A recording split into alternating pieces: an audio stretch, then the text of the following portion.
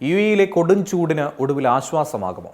മാസങ്ങളായി കനത്ത ചൂടിലും ഉയർന്ന ഈർപ്പത്തിലും വലയുന്ന യുഎഇയിലെ പ്രവാസികൾക്ക് ആശ്വാസം നൽകുന്ന കാലാവസ്ഥാ മാറ്റമാണ് വരാനിരിക്കുന്നതെന്നായി റിപ്പോർട്ടുകൾ.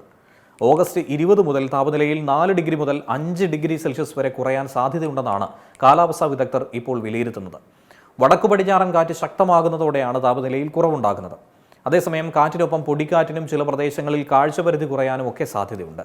കാലാവസ്ഥാ വ്യതിയാനത്തിന്റെ ഈ ഘട്ടത്തിൽ രാജ്യത്തിന്റെ ചില ഭാഗങ്ങളിൽ മഴയ്ക്കും സാധ്യതയുണ്ട്. പ്രത്യേകിച്ചും യുഎഇയുടെ കിഴക്കൻ തെക്കൻ മേഖലകളാണ് മഴയ്ക്ക് കൂടുതൽ സാധ്യത പ്രവചിക്കപ്പെടുന്നത്. ചില പ്രദേശങ്ങളിൽ ഒറ്റപ്പെട്ട ശക്തമായ മഴയ്ക്ക് സാധ്യതയുണ്ടെന്നും മുന്നറിയിപ്പുണ്ട്.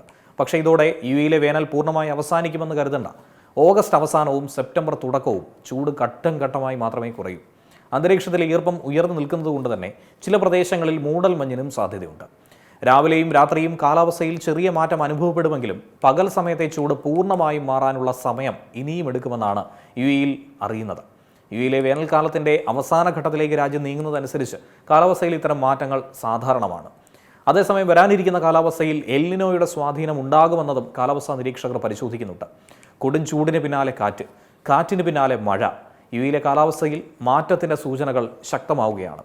പ്രവാസികൾക്ക് വലിയ ആശ്വാസമാകുന്ന താപനില കുറവ് എത്രത്തോളം നീണ്ടു നിൽക്കും എന്നുള്ളതാണ് ഇനി ശ്രദ്ധേയം.